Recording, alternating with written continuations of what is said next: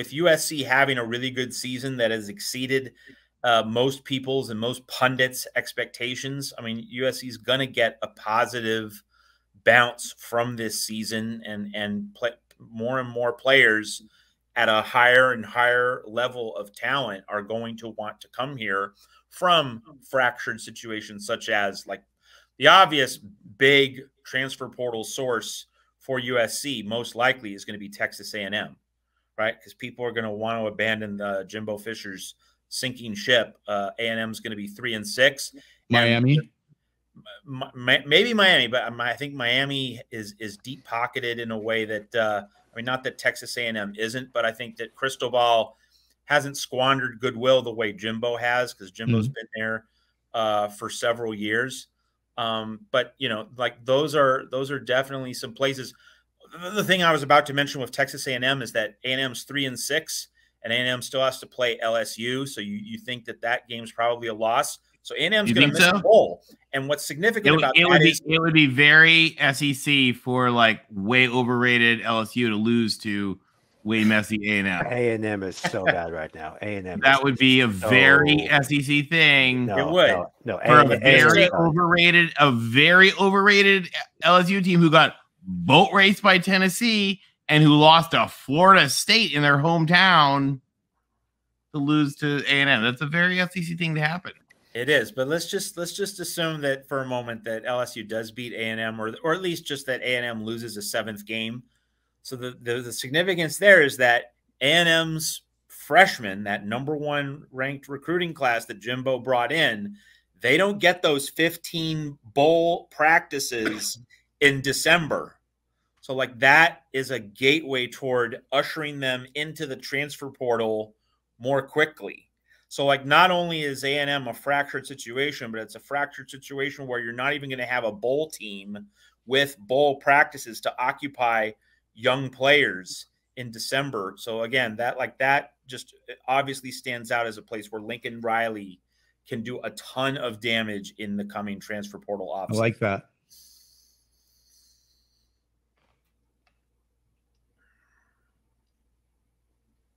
To Dan the Man, I just commented, yeah, he was like, oh, they get cash in their rooms. No, now I think it's just directly deposited to the high net worth advisors. They probably use Goldman. I'm sure Mrs. Johnson has them all set up with Goldman because she's amazing.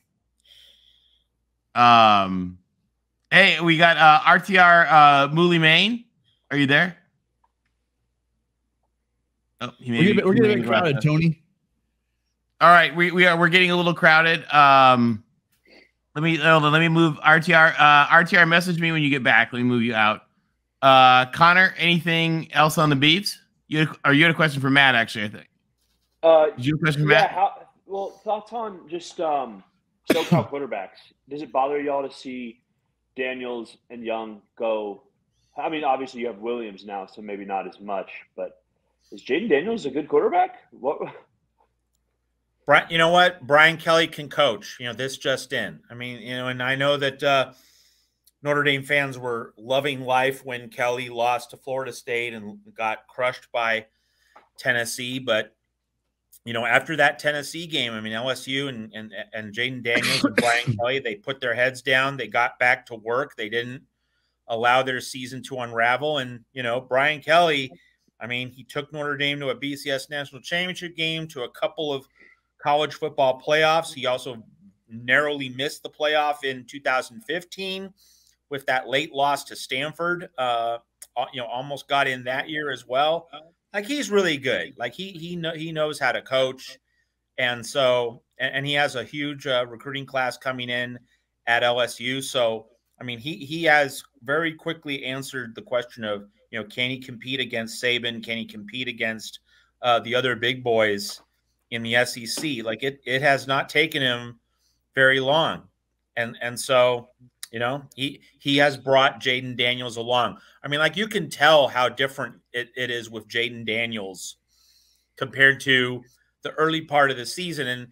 And I will admit to misjudging Kelly in terms of how he's handled this season, because I thought, you know, oh, hey, he had an off season to work with Jaden Daniels. And so when it didn't happen in the first few weeks of the season, I came down hard on Kelly. I thought, Jaden Daniels just doesn't seem to be ready to turn the corner, but he just seemed he needed, it turns out he needed time in terms of live game reps. Like the off season is great for, presenting your scheme, presenting your playbook, but there's nothing quite like live bullets on Saturdays. And so, in retrospect, Kelly just needed several weeks of live games to really convey and communicate the principles that Jaden Daniels needed to hear.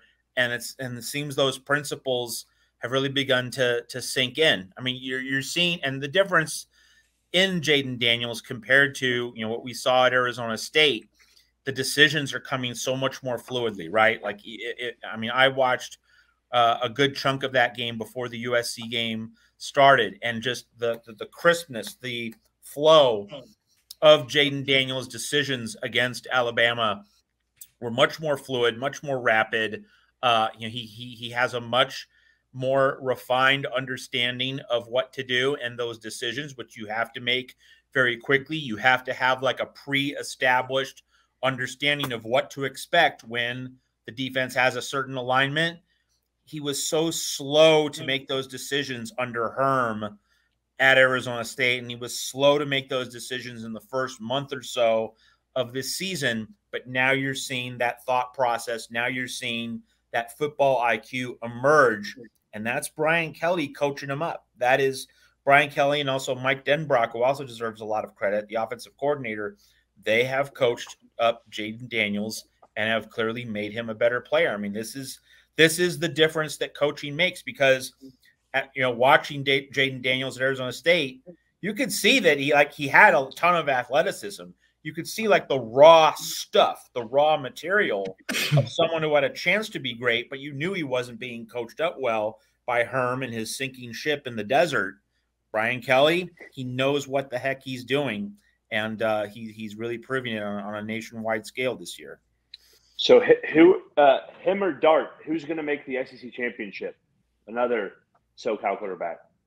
Well, LSU has the head-to-head win over Ole Miss. So, like, LSU has the inside track now, given that, it has the head-to-heads over both Alabama and Ole Miss. Now, as Tony said, maybe LSU is going to step on the rake, but it would be a very LSU thing to do. Inside line. And Arkansas, Arkansas just lost to Liberty. Did they lose? Wow.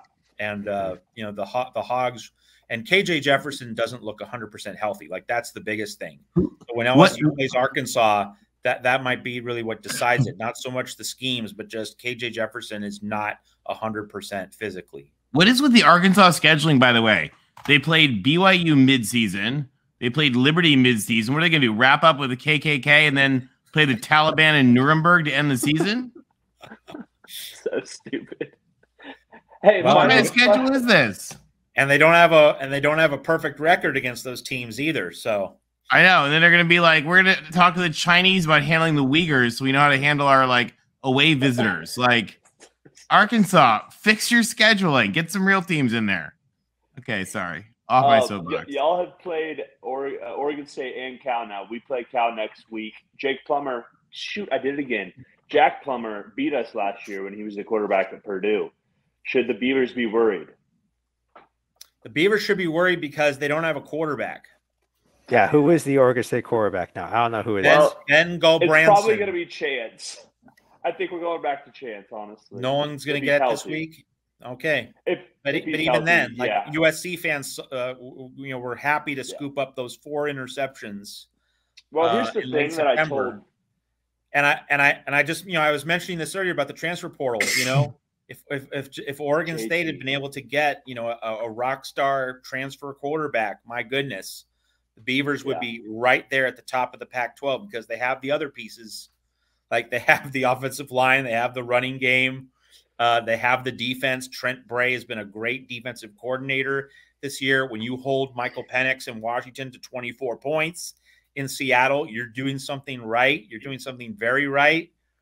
Just don't have the quarterback. I mean, Oregon State is the Iowa of the Pac-12. All these great roster pieces except for the most important position on the field. And I'll bring it up again. I bet you JT Daniels right now is kicking himself every morning because and I'm really glad he did not go to the core ballot because that's the piece that you were missing. Smith would have turned him into a first-round draft pick. I don't doubt that. Well, I don't know about that, but I don't doubt that Smith would turn him into a machine. I know that for a fact. Oregon State wouldn't have more than 2 losses, and it might have only 1. Well, we've beaten all the teams we're supposed to beat. I would have said if Washington was at home, we were supposed to win that one. But like Cal, ASU, we're supposed to win. And Goldbranson can win those games because he's a game manager. But for the upside, we need Nolan back to have a couple good weeks under his belt so we can play spoilers against Oregon if they can survive Washington and Utah. On the quarterback front, though, we do have an incoming 4-star quarterback from Downey High School. For you SoCal guys, Downey's pretty good, I think. Aiden Childs, he kind of has a Bo Nix type frame. And he was a 3-star, but he got his 4th star from 247 Sports about midway through the year this year. His only loss is to the Tennessee incoming quarterback. I forgot where he plays, but so we're recruiting the positions of need and we have a 4-star defensive lineman coming in from Las Vegas, which are the 2 most important positions. So I'm not upset with, Smith is going to probably sit down with Lindgren and change some things this week because he's given the keys fully to Lindgren. He only had to do it once earlier in the season after the Utah game.